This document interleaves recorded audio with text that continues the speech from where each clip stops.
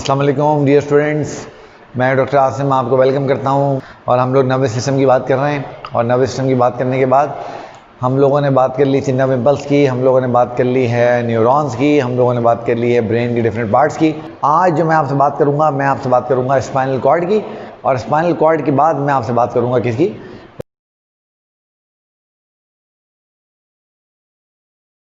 आज मैं आपसे बात करूँगा स्पाइनल कॉर्ड की। Spinal cord,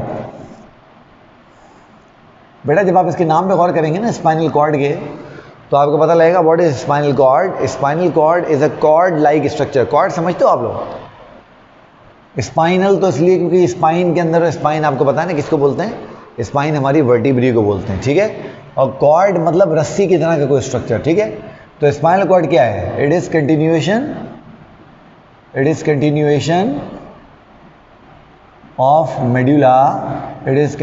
of medulla, in our trunk.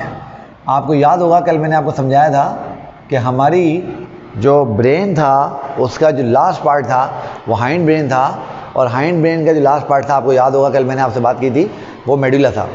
अगर हम देखें, बात करें तो देखें इस तरह से होता है कि ये हमारा पॉन्स था, मैंने आपको ब्रेन के कल मॉडल भी दिखाया था।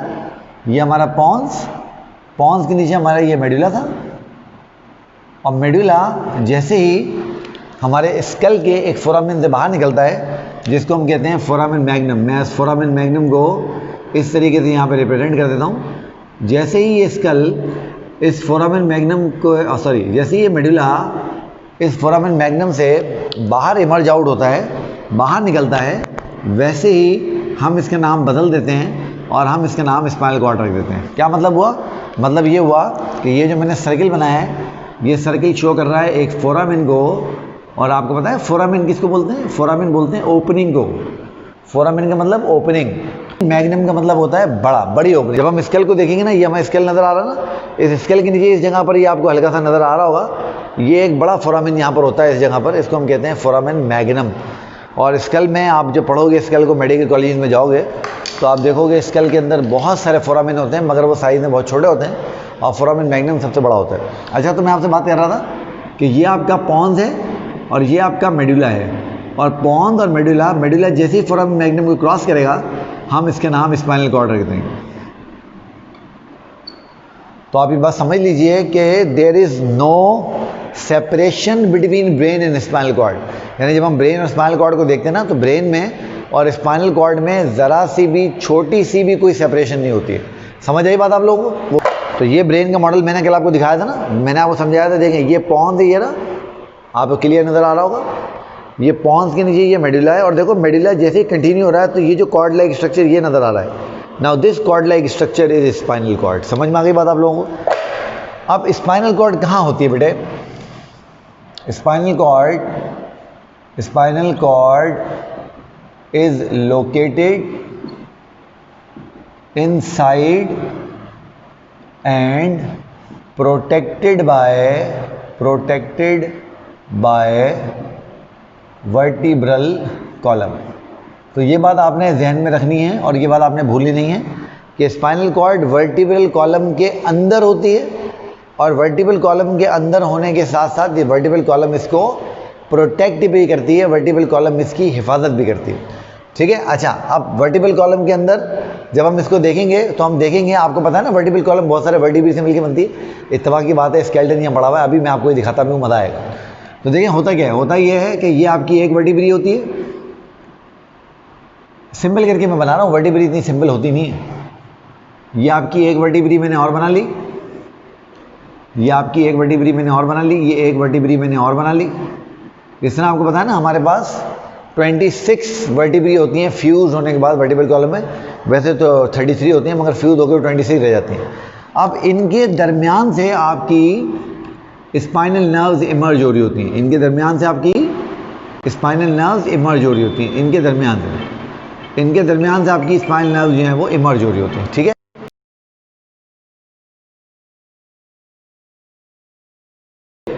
अब ये हमें पूरा का पूरा आपके सामने स्केलेटन आपको नज़र आ रहा है। अब आपको इसमें ये वर्टिब्रीज नज़र आ रही है, वर्टिब्री नज़र आ रही है ना, ये वर्टिब्रीज हैं। तो देखो ये वर्टिब्री, ये वर्टिब्री, ये वर्टिब्री। अब आप क्लियर यहाँ पर देख रहे हो कि ये जो वर्टिब्री आपको नज़र आ रही है, देखो एक वर्टिब्री ये रही, एक वर्टिब्री ये रही, इसके बीच से ये येलो चीज़ आपको निकलती हुई नज़र आ रही है ना। ये जो येलो सी चीज़ आपको निकलती हुई नज़र आ रही है, ये वाली, ये जो येलो चीज़ आपको निकलती हुई नज़र आ रही है, ये वाली, ये वाली, ये वाली, ये वाली, ये सारी आपकी स्पाइनल नर्व्स हैं जो स्पाइनल कॉर्ड से निकलती हैं। और अभी मैं आपको समझाऊंगा कि ये स्पाइनल कॉर्ड से किस तरीके से बाहर निकलती हैं। ठीक है, समझ आ रही है बात आप लोग? ओके, तो ये ना सिर्फ लोकेट स्पाइनल कॉर्ड के वर्टिब्रल कॉलम के अंदर करती है, बल्कि वर्टिब्रल कॉलम ही इसको प्रोटेक्ट करती है। इसके बाद भी मेनिंजीज और सीएसएफ होता है, तो also have meninges and CSF. तो इसके बाद मेनिंजीज और सीएसएफ भी होता है, जैसे हमने बात की थी वहाँ पे। अच्छा, अब इसका स्ट्रक्चर कैसा होता है? जब हम इसका ट्रांसफर सेक्शन देखते हैं, क्या देखते हैं बच्चों का ट्रांसफर सेक्शन? तो ट्रांसफर सेक्शन में स्पाइनल कॉर्ड कैसे नजर आती है, आओ जरा देखते हैं।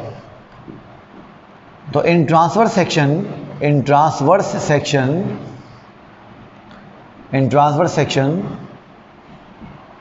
Spinal cord appears like this। तो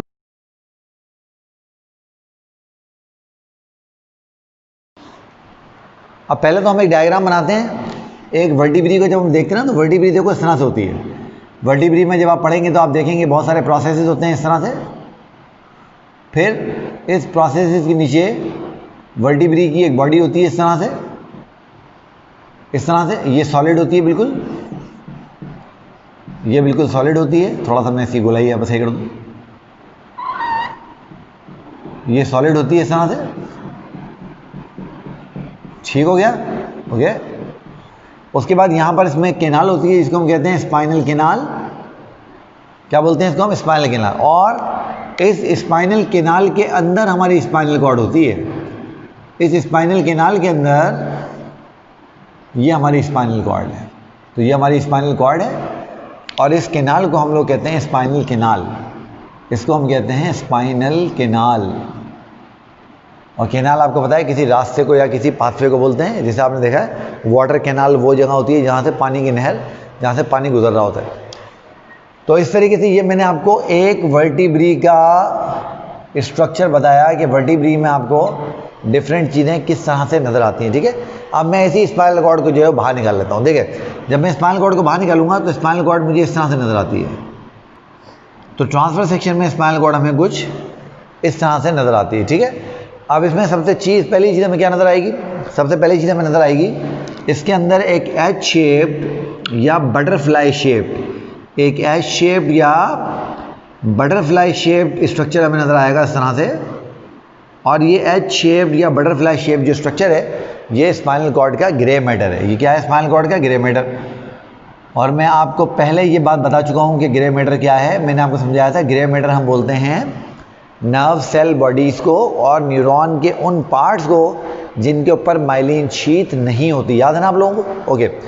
अब उसके बाद ये जो बाहर वाला एरिया आपको सारा नज़र आ रहा है, ये इसका वाइट मैटर है। ये क्या है बच्चों? उसका ये इसका वाइट मैटर है। तो इसको मैं यहाँ लेबल कर देता हूँ, ऐसा करता हूँ, यहाँ लेबल कर देता हूँ।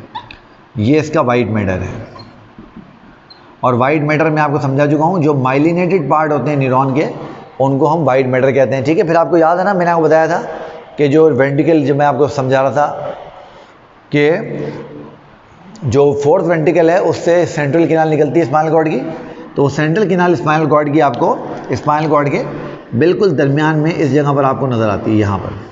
Now this is the central canal. तो ये आपकी स्पाइनल कॉर्ड की सेंट्रल केनाल है।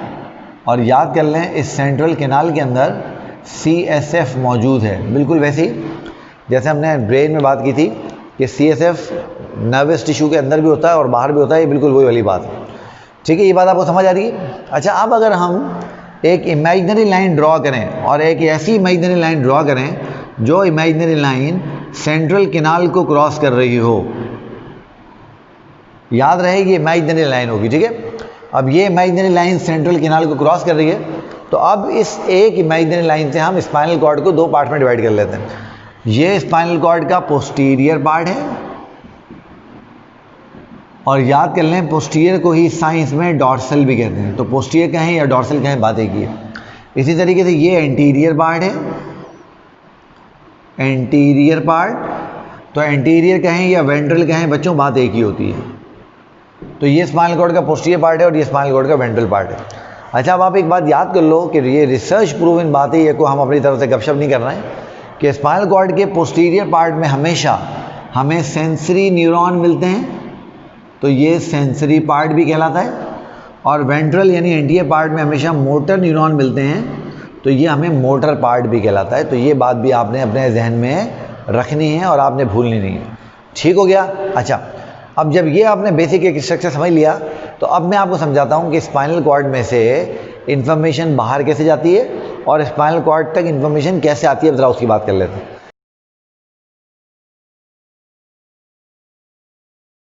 ठीक है, चल अब ज़रा देखिए इधर, फिर मैं चूँकि अंदाजे से बनाऊँगा तो ये कुछ आगे पीछे हो सकता है, तो आप इसको माइंड मत कीजिएगा। ये मैंने आपके सामने स्पाइनल कॉर्ड का स्ट्रक्चर बना लिया। अब मैं आपके सामने स्पाइनल कॉर्ड का क्या बना रहा हूँ, ये मैंने बना लिया आपके सामने स्पाइनल कॉर्ड का ग्रे मैटर, ये मैंने बना लिया आपके सामने स्पाइनल कॉर्ड का ग्रे मैटर। ये ज़्यादा बड़ा हो गया, छोटा कर लेते हैं थोड़ा सा इसको। ये स्पाइनल कॉर्ड का ग्रे मैटर हो गया और ये इसका वाइट मैटर हो गया, ठीक है ना। अच्छा, अब देखें एक और चीज़ जो आप नोट कर रहे हैं, चलें वो भी मैं आपको लगा तो यही बता दूँ। आप देखें, मैंने एक कट इसके अंदर यहाँ बनाया है और एक कट मैंने इसके अंदर यहाँ बनाया है। अब ये कट चूँकि आगे की तरफ है और ये पीछे की तरफ है, तो इसको हम कहते हैं पोस्टीरियर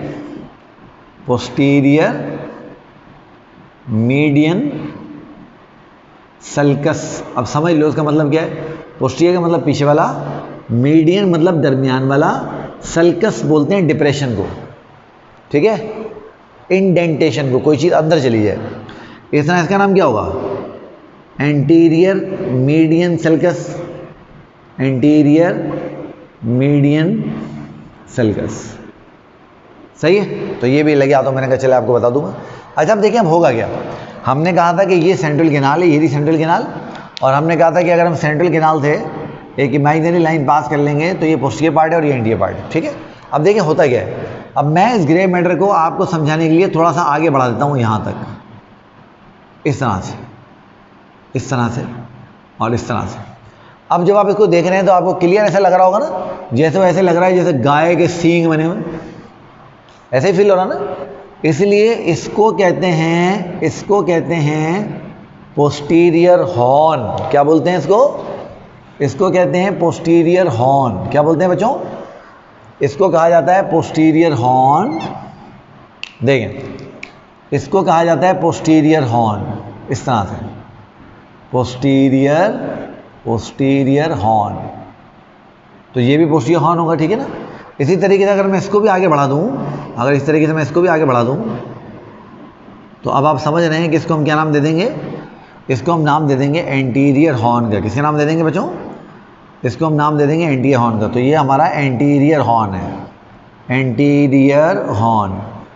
एंटीरियर क्यों कह रहे हैं आपको पता लग गया, पोस्टीरियर क्यों कह रहे हैं आपको पता लग गया, हॉर्न क्यों कह रहे हैं, क्योंकि आप देख रहे हैं ये सींगों की तरह का स्ट्रक्चर है।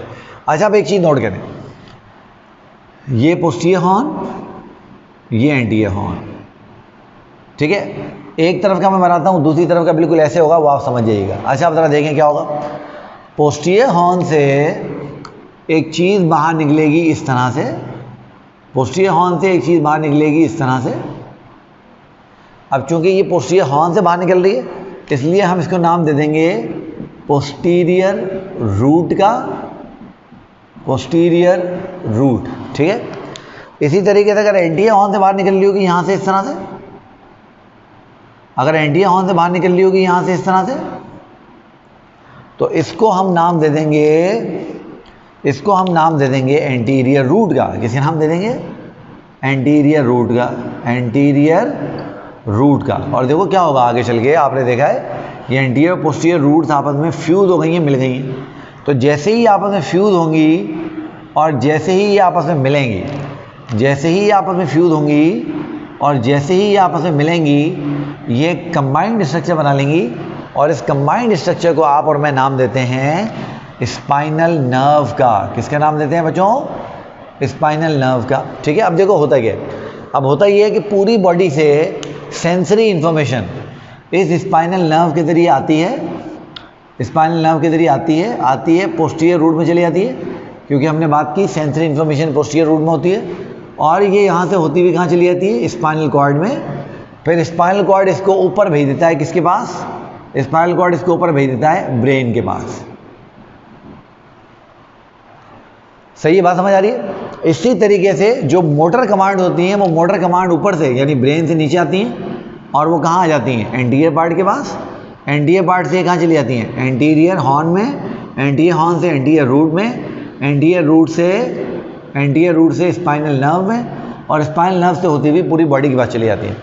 तो देखिए यहाँ से आपको समझ क्या आ रहा है? यहाँ से आपको समझ आ रहा है स्पाइनल कॉर्ड का फंक्शन, कि स्पाइनल कॉर्ड क्या करती है? ये सिर्फ मैसेजेस को लाने और ले जाने का काम करती है between body and the brain. ठीक है, तो स्पाइनल कॉर्ड क्या है? स्पाइनल कॉर्ड के बारे में याद कर लीजिए कि spinal cord act as conduit which transmit impulses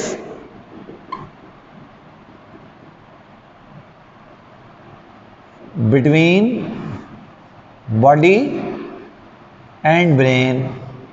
तो स्पाइनल कॉर्ड बेटा कैसे काम करती है? स्पाइनल कॉर्ड सिर्फ कॉन्डुई के तौर पे काम करती है। कॉन्डुई का मतलब होता है रास्ता। तो ये रास्ते के तौर पे काम करती है, जिस रास्ते से इंफॉर्मेशन पूरी बॉडी से ब्रेन तक चली जाती है और ब्रेन से आके कमांड पूरी बॉडी तक डिस्ट्रीब्यूट हो जाती हैं। इससे आप समझ सकते हो कि स्पाइनल कॉर्ड कितनी ज़्यादा इंपॉर्टेंट है हमारी बॉडी के नॉर्मल फंक्शन के लिए। यानी अगर स्पाइनल कॉर्ड नहीं होगी तो बॉडी की इंफॉर्मेशन ब्रेन तक पहुंचना बंद हो जाएगी और ब्रेन के कमांड बॉडी तक पहुंचना बंद हो जाएंगे। तो बेटा this is the spinal cord, this is the structure of spinal cord. ये स्पाइनल नर्व बन गई, कैसे काम कर रही है ये अभी हमने सिर्फ इसकी इंट्रोडक्शन भी नहीं समझी। जब आप मेडिकल कॉलेज में आएंगे मेरे पास तो मैं आपको फिर बताऊंगा डिटेल में कि सितारों के आगे जहाँ और भी हैं। बहुत मज़ा आएगा, स्पाइनल कॉर्ड बहुत मज़े का टॉपिक है।